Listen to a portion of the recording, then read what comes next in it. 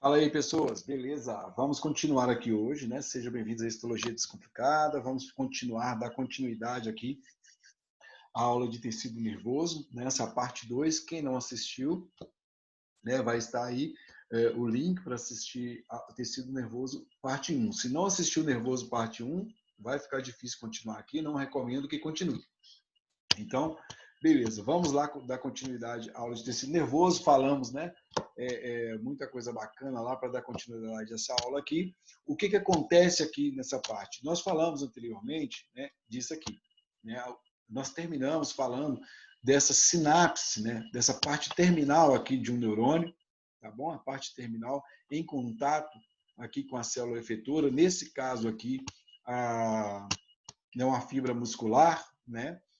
E aqui, esse pedaço aqui está formando, aqui, está rolando uma sinapse aqui, né?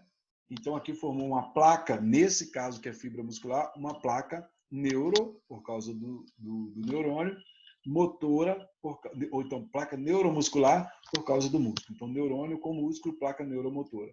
E aqui ele está liberando seus neurotransmissores, né? Está rolando aqui uma sinapse. Mas esse neurônio, que essa terminação do neurônio aqui, podia estar em contato com outro neurônio aqui, tá? Um outro neurônio. Podia estar em contato com a glândula, podia estar em contato com qualquer outra parte aí. Mas nesse caso aqui, né, um exemplo aí da fibra muscular, tá bom? E, seguindo o baile, o que acontece? Como a gente falou de sinapse, né, existe, né, 3 tipos de sinapses. Bacana? O que é sinapses? É a forma que os neurônios se comunicam. Olha aqui, tá vendo? Aqui neurônio com neurônio, tá? Então, as sinapses entre esses neurônios, quando é entre neurônios, bacana? Quando é entre neurônios, existe 3. Eu falei, por isso que tem que assistir a aula 1 para entender, né, a composição dos neurônios, né? Eu falei que morfologicamente, né, pela morfologia do neurônio, a gente vai poder, né, dizer quais são os tipos de sinapses. Observem que aqui a terminação do neurônio, olha aqui, terminal, ela está em contato aqui direto, né, com os dendritos. Lembra? Então, quando o neurônio está em contato, a terminação do neurônio está em contato com os dendritos, então é chamado de sinapse axodendríticas. Muito fácil, né? Essa terminação aqui, observe que ela já está em contato com o soma, né? Ou pericárdio, ou corpo. Então, essa, que é o mesmo nome, né? Então, essa comunicação que existe entre a parte terminal de um neurônio e o soma é chamado de sinapses axossomáticas. Por que axo? Do axon e o soma. Do axon e do dendrito. Por isso. Agora, observe que esse axônio aqui, ó, essa terminação aqui, ela está em contato com outro axônio, tá bom? Então, essa sinapse é chamada de sinapse axônicas. Muito fácil, isso aí, né? Então, por isso que eu disse que tem que desenhar o neurônio, né, para saber né, como que está composto o neurônio, até mesmo para compreender isso aqui, tá bom? Então, é só isso aí de sinapses. Esses neurônios, né, como nós falamos lá em tecido muscular, ele está envolvido aí, né, o tecido nervoso aí está envolvido. Ele é como se fosse uma fibra, um fio de luz. Imagina um fio de luz, assim como no tecido muscular. Igualzinho no tecido muscular. Olha aí. Igualzinho. O que acontece? Eu tenho aí as fibras, né? As fibras nervosas, temos os feixes de fibras, então temos aqui as fibras, temos um feixe de fibras e tem toda a fibra nervosa, não é isso? Toda a fibra nervosa. Então o que acontece? É a mesma como fala? A mesma lógica lá do tecido muscular. A capinha de tecido conjuntivo que envolve, tá, uma fibra, ela é chamada de endoneuro. Bacana? Endoneuro. A capinha de tecido conjuntivo que envolve, tá, toda um feixe, no caso, um feixe de fibras, é chamado de perineuro. E a capinha de tecido conjuntivo que envolve toda a fibra nervosa é chamado de epineuro. Só mudou neuro, porque está igualzinho lá em tecido muscular. Só muda epimício, perimício, endomício, porque está falando de músculo. Bacana? Então, se atenta a essa capa de tecido conjuntivo. Para que servem essas capas de tecido conjuntivo? Para que serve? É a mesma coisa que eu falei no tecido conjuntivo lá. Olha aqui, vasos sanguíneos. É aqui que chega a vascularização. Tá bom? Então é aqui que vai chegar a vascularização. Por isso que Deus foi lá e colocou bem bonitinho assim, né, bem organizadinho. Para quê? Imagina um monte de fio, né? Porque um monte de fio, se ele vai dar curto-circuito lá dentro, se eles não estiverem encapadinhos. Né? Então, por isso que existe né, essas divisões. Deus separou tudo bonitinho aqui. Só resta a gente entender. Tá bom? Vamos lá. Segue o baile. Como nós falamos anteriormente, né, que das células da glia, agora a gente vai falar de cada uma aqui. Nós falamos lá que nós temos a célula principal é o neurônio e temos aquelas que protegem o neurônio, não é isso? Aquelas que estão ali em volta do neurônio, protegendo o neurônio. Opa, é como se fossem os soldados, né, que estão ali protegendo o neurônio. Só que eu falei que, lá no início que o sistema nervoso ele é dividido em sistema nervoso central e sistema nervoso periférico, tá bom? Então, as células de sustentação, ou seja, células as neuróglias ou células da glia do sistema nervoso central são essas aqui, né? Com a mnemotécnica mãe, voltamos aí, O de oligodendrócitos, está aqui bonitinho. M de micróglia, está aí, bonitinha. A de astrócitos, está aí, lindão. E E de ependimares, estão elas aí, bonitinhas aí. Tá bom? No sistema nervoso periférico, nós temos aí as células de Schwann e temos as células satélites. Tá bom? Então, vamos falar um pouquinho de cada célula aqui, agora, no nosso, em sequência aqui. Aqui, né, está mostrando aí, isso aqui vai ter uma importância bacana aqui agora, principalmente esse astrócito aqui, ó. Olha o astrócito. Olha o oligodendrócito aí. Qual que é a função do oligodendrócito que eu falei lá na aula 1? Ele produz a bainha de mielina no sistema nervoso central. Lembra que no centro tem mais gente. Tá? No centro tem mais gente do que na periferia. Bacana? Do que lá na roça, por exemplo. Tá bom? No caso, meu caso, que é interior. Tá? Então, vamos lá. Olha aqui, produzindo bainha de mielina. Bacana, o oligodendrócito. As células ependimárias, observe que aqui, olha, aqui onde vocês estão vendo aqui, olha, é a parte onde passa o líquido cefalorraquidiano, tá bom? Então essas células ependimárias ficam aqui, olha, revestindo o tubo. Aqui é o tubo já. Aqui é o interior do tubo, tá bom? Faz de conta que aqui em volta, deixa eu pegar um desenho aqui, aqui em volta está passando as células ependimárias também. E aqui dentro, tudinho aqui dentro, é onde passa o líquido cefalorraquidiano. Então é por isso que fala que são as células que revestem o tubo neural aí, beleza? Olha aqui, observe esse astrócito aqui, bacana, vocês vão entender. Observa que ele está em contato aqui, está abraçando aqui o vaso sanguíneo, um capilar, né? E está abraçando aqui, né? O soma do neurônio, tá? Está abraçando aqui a célula nervosa. Então, o que ele está fazendo? Olha aqui ele de novo. Então, o que ele está fazendo aqui? Ele está aí, né, permitindo a comunicação dos dois aqui. Ele que faz o contato, ele é o intermediário aí dessas células aí. Vocês vão entender aqui no final, quando a gente falar de barreira. Bacana? Vamos seguir o baile. Primeiro, vamos começar com as células do sistema nervoso periférico, tá bom? Essas células do sistema nervoso periférico, começando com a célula de Schwann, né, tá aí, né, sustentando. Eu falei que são células de sustentação, né? São as células que produzem a bainha de mielina. É uma pergunta muito frequente, né? Qual a célula produz a bainha de mielina no sistema nervoso periférico? Periférico é a célula de Schwann, beleza? Tá? E temos aí também as células satélites, tá bom? Essas células satélites são células cúbicas, beleza? O que é isso? Célula redondinha, tá bom? São células cúbicas, tá? São células cúbicas que está aqui rodeando elas aqui, tá bom? Está aqui rodeando os somas, está aqui protegendo também, tá bom?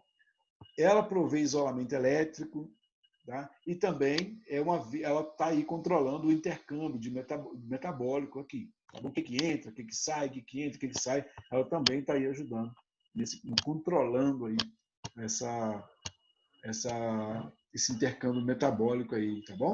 Então, seguindo o baile, né, já falamos disso aí, né? Aí está a célula de Schwann, né? Aqui está mostrando as células de Schwann, essas setinhas aqui, tá? Que elas estão aí em cima da bainha de mielina, tá bom? Então estão secretando aí a bainha de mielina no sistema nervoso periférico.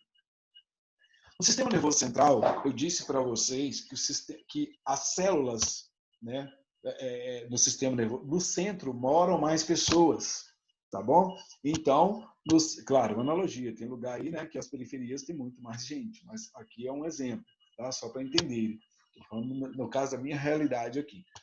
No sistema nervoso central eu tenho mais gente, eu tenho mais células, que são essas que eu já falei e não vou repetir a mnemotécnica, tá aí lindo que eu já cansei de falar. Os astrócitos, a forma dele para a histologia é importante. Ele tem uma forma estrelada, olha ele aqui, né? Aparecidíssimo, né? Aparecidíssimo. Prover sustentação física e metabólica para os neurônios, tá bom? Para os neurônios. São as maiores células aqui, a maior célula do sistema nervoso central vai ser a célula de sustentação, né? Vai ser os astrócitos, tá bom? Ele é o mastro, ele é o cara daí de dentro.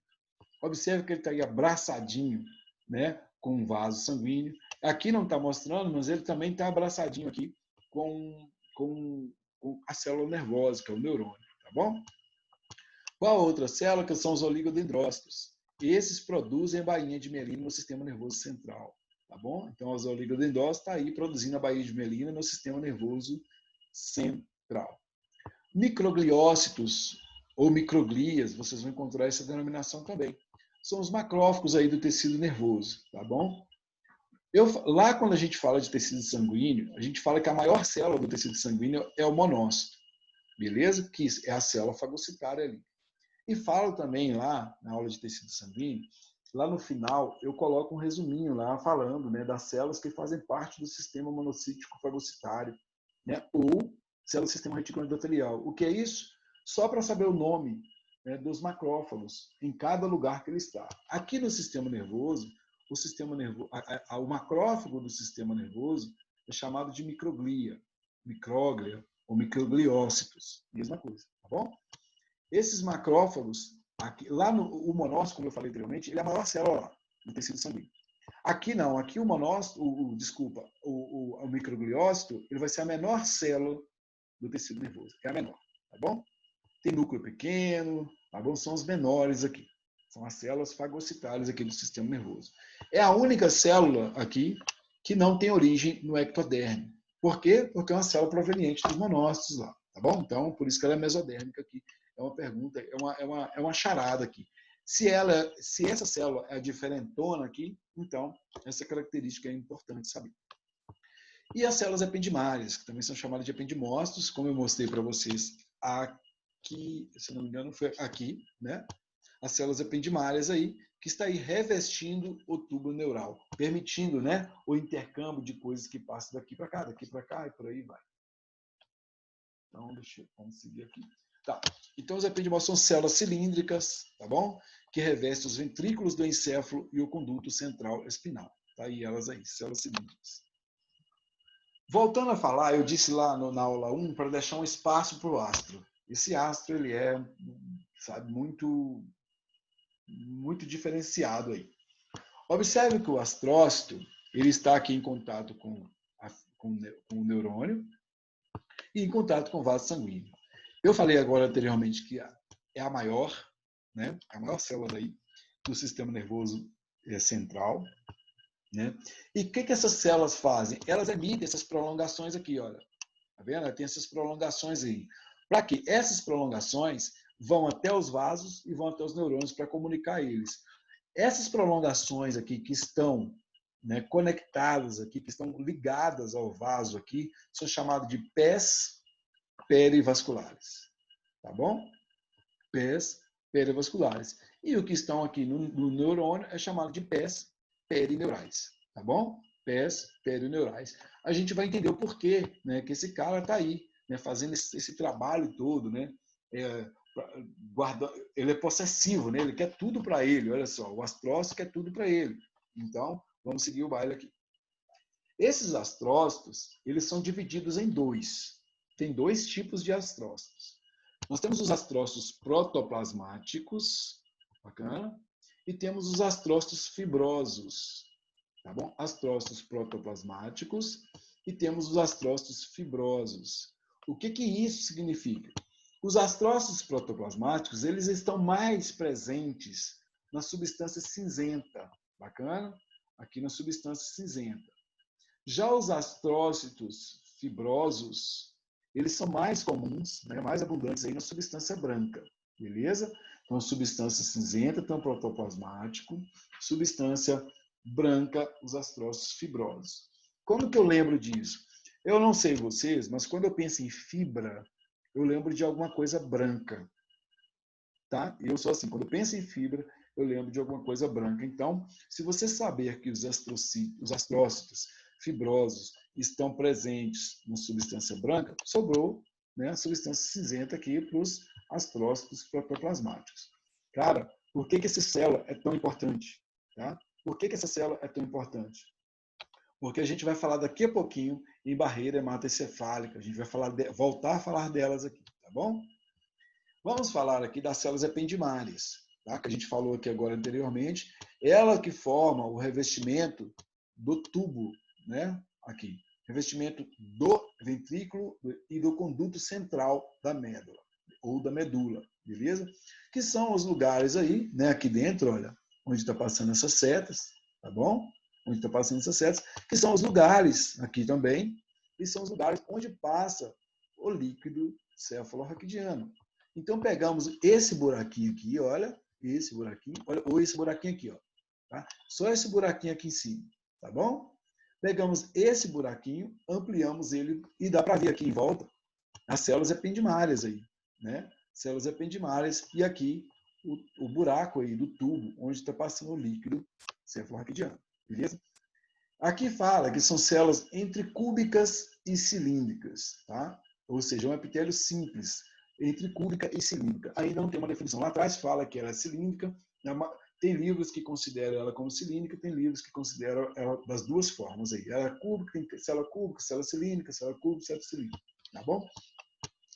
As características morfológicas e funcionais das células transportadoras de líquidos. O que é isso? Células transportadoras de líquidos. Tipo lá no sistema digestório, onde permite ali a secreção e o transporte de líquido ali para dentro, né? No trato digestório principalmente. Né? Aqui ó, permite esse transporte de líquido aqui para dentro ou daqui para fora. Então, isso aqui. Então, esse transporte de líquido pode ser feito para cá, pode ser feito para cá. Obviamente que ela tá aqui, ela funciona como uma barreira aqui de seleção, né? Para ver o que vai entrar, o que vai sair e por aí vai. Então, muito importante isso aí, né? Já vi em várias provas aí perguntando quais os tipos de células que revestem o conduto, né? A cavidade, né? Da médula. Então, é por aí. Então, muito cuidado com essas células aí, né? Células extremamente importantes aí, é um lugar extremamente importante, né? Esse líquido cefalorraquidiano aqui, tá bom? Então, não vou entrar em detalhes aqui do líquido, mas vamos seguir o baile. Então, o que acontece? Né? Nós temos aí, né, daqui a pouquinho, eu não estou esquecendo dos astrócitos que a gente tem que falar. Aqui no tecido, no sistema nervoso, né, nós temos o tecido conjuntivo do sistema nervoso aí, tá bom?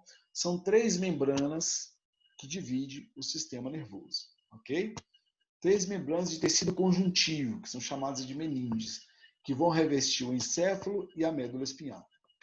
Preste atenção aqui. Pegamos um pedacinho aqui, tá vendo? Aqui temos o osso. Quando cortamos esse pedacinho aqui, né, pegamos aqui o osso, essa parte aqui óssea, observem. Tem essa parte mais abaixo do osso, que é chamada de dura mater, tá? Então, o que acontece com essa capa aqui, dura mater? É a capa mais externa aqui. Então, quando a gente fala de tecido, né, tecido conjuntivo do sistema nervoso central, estamos falando de dura mater, dependendo de onde você está, a capa aracnoide, está aqui, e a pia mater, tá bom? Essa verdinha aqui, bacana?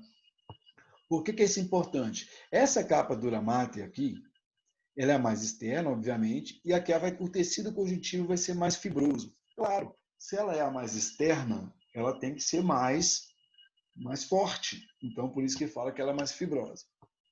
Essa capa aracnoide aqui, essa capa rosinha aqui, tá? Observe que entre ela e entre a pia mater existe um espaço, né? E existem essas linhazinhas que vocês estão vendo aí também, que são chamadas de trabéculas aracnoides, tá bom? Que são dependentes aqui da dura mater. Desculpa, da aracnoide, tá bom? Da aracnoide. Esse aqui são chamados de trabéculas aracnoides. Faz de conta que isso aqui é uma garagem de algum prédio. E aqui são as pilastras, tá bom? Isso aqui são as pilastras. Ele fala que essa capa aracnoide, essas trabéculas, têm tecido conjuntivo frouxo, tá bom? Aqui é tecido conjuntivo frouxo, tá bom? Para mapear a superfície do encéfalo e medula espinhal, forma um espaço subaracnoide que contém o LCR. Por quê? Existe esse espaço aqui. Porque dentro desse espaço é que há o líquido cefalorraquidiano, que a gente acabou de falar, tá bom? Então, o que acontece aqui? Observe que aqui dentro também a gente encontra vasos sanguíneos, né? Por quê? Porque os nutrientes que chegam aqui, né, tem que chegar pelos vasos sanguíneos. É a única forma, né, que é o sangue que leva nutrientes aí para todo o nosso sistema, beleza? Vou falar disso aqui agora para frente, tá bom? Vamos falar dessa capa aqui, que é a pia mater. Está em contato direto com a superfície do encéfalo, né? Aqui com a superfície do encéfalo, e a medula espinhal, beleza? E continua a bainha, né, de tecido conjuntivo perivascular dos vasos sanguíneos encefálicos. Não tem problema. O que me interessa aqui é exatamente isso aqui. Essa imagem que eu mostrei para vocês anteriormente, a gente vai falar de barreira hematoencefálica, que é muito importante e muito cobrado. Qual que é o barato dessa barreira hematoencefálica? É isso aqui. A barreira hematoencefálica, acabamos de falar que esse espaço aqui é o espaço subaracnoide onde está localizado o líquido cefalorraquidiano. Beleza? Peguei esse pedaço aqui, né? Colocamos uma imagem mais ilustrativa e trouxemos para cá. O que acontece? Aqui está a dura mater, né? Essa parte mais superior aqui. Aracnoide com suas trabéculas, imagina que são pilastras de um prédio aqui. E entre essas pilastras desse prédio, aqui passa uma mangueira, né? Que nesse caso nosso aqui é o vaso sanguíneo. Tudo que está branco, esse espaço vazio aí, é onde está o líquido cefalorraquidiano. Bacana? Lembra que eu mostrei para vocês? Então, aqui está a pia mater, beleza? Vamos seguir. Lembra que eu mostrei para vocês, né, o astrócito? Eu falei que ia falar do astrócito outra vez. O que acontece? Esse astrócito, ele está ligado em um vaso, né, e ele está ligado em um neurônio. Exatamente aqui. Está aqui dentro, a gente não está vendo aqui dentro, mas está aqui. Não está mostrando a célula, mas está aqui. Tá bom? E aqui dentro tem células nervosas também. Então, o que acontece? Olha só que barato.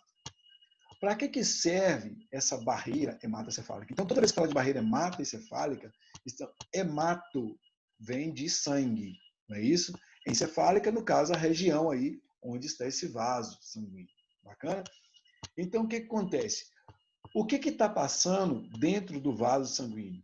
Né? O sangue. Beleza. E qual é a função do sangue? Transportar eletrólitos, transportar oxigênio, gás carbônico, transportar hormônios, transportar restos celulares que a gente não precisa para ser eliminado. Então, o que acontece? Imagina, eu peguei esse pedacinho aqui, tá? Peguei um pedacinho desse vaso e trouxe para cá. Olha aqui. Pegamos um pedacinho aqui do vaso e trouxemos para cá. Ampliamos aqui. Tudo que vocês estão vendo aqui em branco é onde está o líquido. Imagina que é líquido cefalorraquidiano. Bacana? Dentro aí do espaço subaracnoide.